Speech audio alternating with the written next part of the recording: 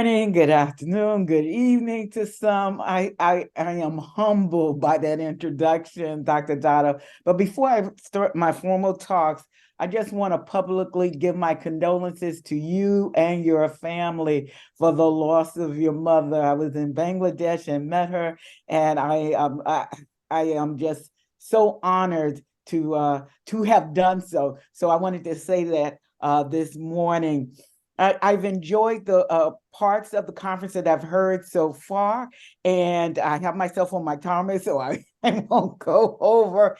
And I'm going to speak a little bit with you about the new book that is coming out soon, called Tech-Enabled Futures, Elevating Educations in Underserved Areas. I wanted to also give thanks and gratitude to Professor Dada and his team, because the very first book that we initiated was published by his organization, The Future of Work and Entrepreneurship for the Underserved. Since then, we've done two publications, and they have been more academic. So the tone and the intent of this book is so to get it outside of the realms of the academics and to put it more into the hands of the masses, because we truly do believe that addressing the issue of poverty and the underserved is partially responsible to everyone. But if everyone is reading about it, seeing about it, hearing about it, we have less of an opportunity to get to them. So I am JoAnn Rolle, Dean of the School of Business at Medgar College City, University of New York, right there in Brooklyn. And I bring you greetings from the Medgar College family. I'm going to start because this is not your, as the previous presenter said, this is not your normal research literature review. This is talking about the book that I hope will be presented to the masses. So I'm going to begin with a poem that embodies the essence of the underserved, and it is in fact a poem by the great poet Langston Hughes, and it talks to the hopes, the passions, and the dreams of a people gone unrealized. And the title of the poem is A Dream Deferred. What happens to a dream deferred? Does it dry up like a raisin in the sun, or fester like a sore and then run? Does it stink like rotten meat, or crust and sugar over, like a syrupy sweet? Maybe it just sags like a heavy load, or does it explode? The poem launches the first chapter and the book, Tech-Enabled Futures, Elevating Education in Underserved Areas. We have long talked about elevating the poor and the underserved, yet after COVID, we found globally that more were among their ranks with fewer options, fewer alternatives, and diminished dreams. Is this sustainable, or as the poem ends, will it explode? I'll take a few minutes of my time reflecting with you the framework of the book as we explore several of the challenges we have faced in lifting from the bottom of the pyramid, as many of you know in that work. The United Nations Sustainable Development Goals, the SDGs, rightly identified the number one priority as ending poverty as an urgent global priority.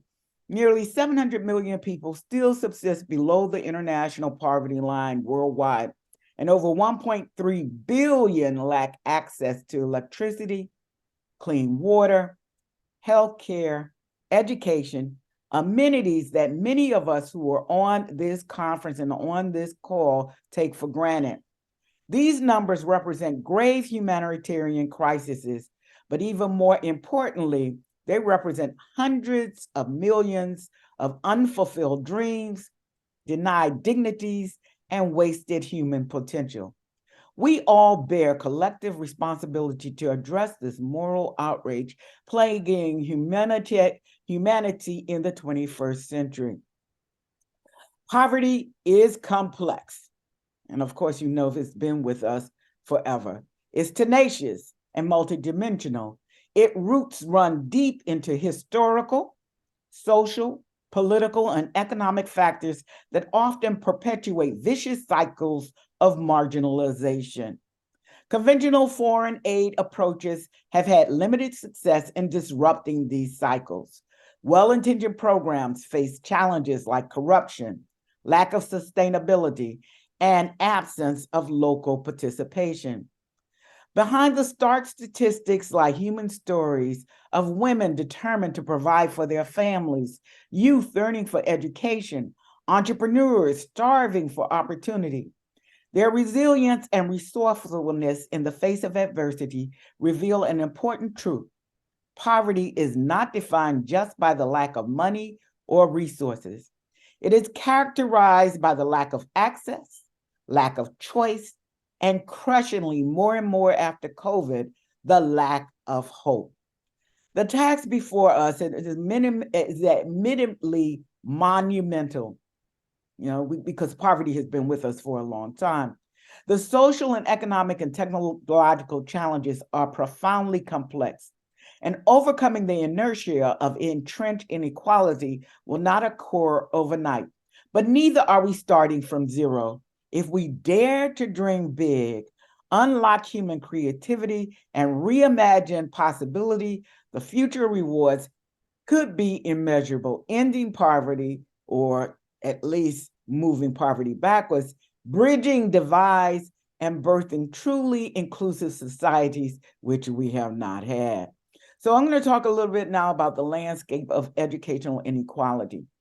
Educational inequality in underserved communities is a multifaceted issue exacerbated by limited resources and systemic inequalities. The lack of educational infrastructure is not a mere symptom, but a root cause of ongoing social and economic disparities. However, this narrative is not one of despair, it's one of resilience and determination. Education serves as a catalyst for community upliftment and is the foundation upon which brighter futures are constructed. The role of education in social mobility cannot be overstated. It is a cornerstone upon which communities can build a better future. And I'm a living example of this, and I'm just deviating from my notes. My great-grandmother was born in the islands, one of the Caribbean islands, and she was a business person, but she could not read or write. She believed in education. I am a first-generation college student, and I continue to be an educator because I know what education can do, not just for individuals, but for masses of people and communities. So let me go back to technology, and technology is a catalyst. The transformative power of technology in education is awe-inspiring and supported by a growing body of research, from interactive online platforms to immersive virtual reality experiences. Educational technology offers innovative solutions to age-old challenges. Along this journey, we will highlight current examples of successful stories that serve to hope and demonstrate that the impossible is indeed within reach. The integration of technology into education is not just a trend, but a necessity, offering scalable solutions that can adapt to diverse educational settings. So why did this book matter? And I mentioned earlier, before I got started, that much of the work that we do as academicians, we talk, read, and share with other academicians. But this book is intended to deliver the message to the masses. The book is designed to serve as a bridge between academic theory and practical application, a much needed connection in today's rapidly evolving educational landscape.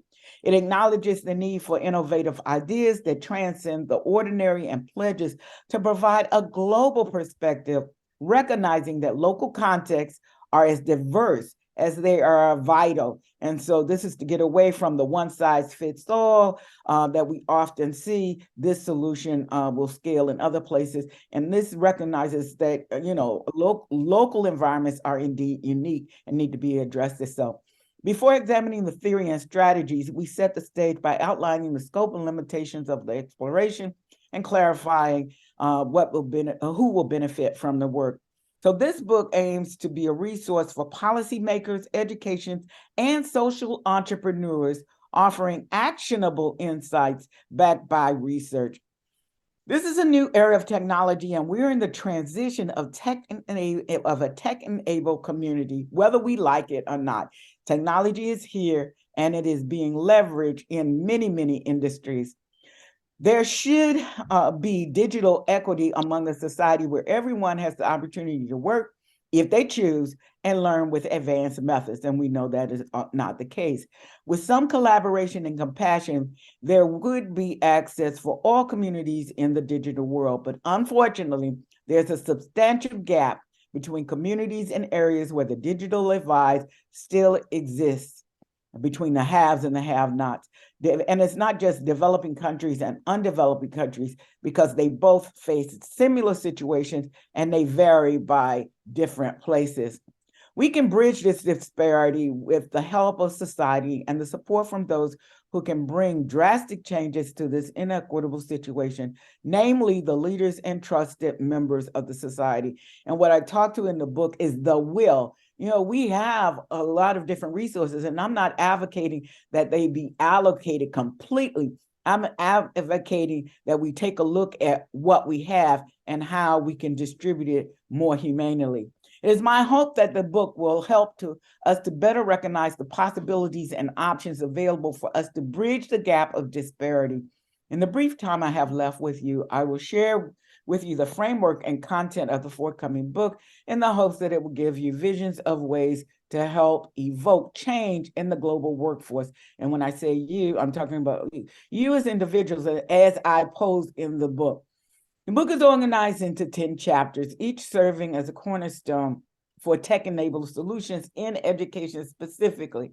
So the first chapter first talks about the infrastructure gap and how to bridge it, because indeed tech-enabled economies will need the infrastructure to build on it. And the first chapter also serves as a call to arms for folks to take a look at the gap, to admit there is a gap, and to look at options to resolve at least some of the gaps in the infrastructure. The chapter 2 goes to curriculum, and this is chiefly important to many of the educators, because curriculum is key in how we address what we're teaching and learning in the classroom. The chapter is a pivotal point in the journey, focusing on the very core of education. It challenges the outdated systems that have long governed the educational system and advocates for a curriculum that is both technology integrated and culturally relevant. And this is important. Just because technology works in one culture or subculture doesn't mean it's culturally relevant in another. So both issues have to be addressed. The chapter serves as a blueprint for modernizing education to meet the needs of the digital age. The next chapter, Innovative Teaching Method, talks about revolutionizing education in the digital era. It serves as a guide. It introduces teaching methods such as the flipped classroom, gamification, and augmented reality. These aren't just buzzwords, but they are being used, and if they are used correctly, they can accelerate some of the teaching and learning in the educational experience that will be needed for forward thinking in the digital economy. The next chapter looks at essential ed tech tools for underserved economies. And the reason I put this here, because every situation will not be able to access every kind of ed tech tool. So we talk about some low-cost solutions that can be used in rural areas, and we talk about some high-impact software solutions that could be used in high-density urban areas, and so that there are different solutions for different areas. Now, the core of the book is the teacher training and professional development. And this is key because technology changes are fast-paced, and we just heard a presentation about slowing down. But it is difficult when we start looking at how the technology is driving the need for workforce development and workforce changes for the educators to keep up. And so this topic is not just talking about our ad hoc and anecdotal professional development. It's talking about including professional development in a systemic and a structural way, so that we will be prepared to empower teachers to effectively utilize technology in the classroom and beyond. And so we've talked so far about the academy, the curriculum, and the instructors. In this chapter, we talk about the community involvement and partnership, and because education is a collective endeavor, and we emphasize here that it explores the synergies between parents, and this is the first time I've talked about parents, but our students come to us through parents, local businesses, the community that they are evolved from, and NGOs, outlining how these different stakeholders can collaborate to create a nurturing educational environment in the local context where they are. The chapter is a guide to building strong community partnerships that can drive educational or improve educational success. And so the next chapter I think is very important because it talks about sustainability and long-term impact. It has been my experience that many of the programs that have been put in place, when you go back 3 years or when you go back 5 years or 10 years, some of those programs, you can't even find the evidence that they existed. So sustainability and long-term impact is key. So this chapter looks at that. It provides a framework for ensuring that tech-enabled educational programs not only launch successfully, but also have a lasting impact or have a probability of a more lasting impact. From financial planning to scalability and impacting measurement, this chapter really addresses that issues. The next chapter, which is the 8th chapter, talks about adult education and lifelong learning. And the reason this is important is because what we are finding is that our students going from K through 12, and that's in the U.S. system, and K through 16, that's getting their undergraduate degrees and their graduate degrees, the system and technology is changing things so fast, they're finding that they need to retool and upskill faster and more than ever before. So lifelong learning becomes more and more important, and putting tools in place to make lifelong learning more effective is going to become more and more important. In chapter 9, data and analysis and analytics have been with us for a while, but what we talk about here is using that data to help inform our decisions about how the technology is changing in education and how we can improve our decisions to improve our education and learning in the system. Chapter 10 is the last chapter, and it talks about policy governance and the role of government, because all the stakeholders that we have talked about so far, the students, the faculty, the parents, the community, all of them are dependent on good government policy actually optimizing the resources that we have so that they are more equitable. And so this is the chapter that talks about sustainability, scaling those educational initiatives, and the current policy landscape for future recommendation. So finally, the book culminates in a powerful, I believe is powerful conclusion that synthesizes key insights from each of the chapters, offering actionable steps and a vision for the road ahead. I believe it's a compelling finale that not only summarizes what we've learned, but also galvanizes us to act. You know, as educators, we like to talk a lot, but what we really need to do is to assist the body from the macro level out on how to act more to achieve some of the objectives and the goals that we often talk about.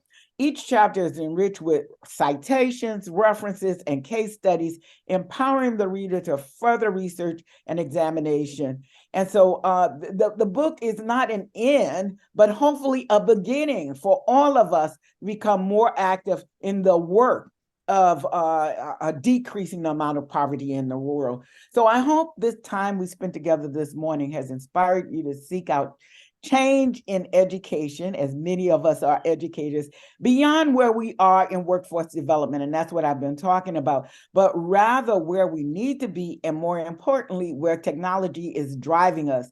As educators, think of the student leaders you are preparing now. Will they be creative, innovative, agile enough to survive and thrive in this brand new world? How can we co-create an environment that produces tech-savvy students who have learned how to learn, or perhaps in peer-to-peer engagement, how to teach each other? It is indeed a brave new world, but it is not technology alone who is the driver. It's the synthesis, I had to slow down, of the creativity and innovation of humanity to create a world that is better not just for the few at the top of the pyramid, and that top of the pyramid has been growing faster and faster, but indeed for the existence of a flatter, more improved society. And I'm going to say this, we have never known that society, but I do believe we have the ability to create it. The future is in our hands to mold, so let us get to work, fired by a vision of human progress and an abiding commitment to advance opportunity, dignity, and freedom in every corner of the world. The technology revolution can either fortify existing patterns of privilege and injustice, or it can emancipate humanity into a new era of equity and empowerment. The choice is ours. No, the choice is yours. Thank you for your time, for the time with you this morning to share a few words with you.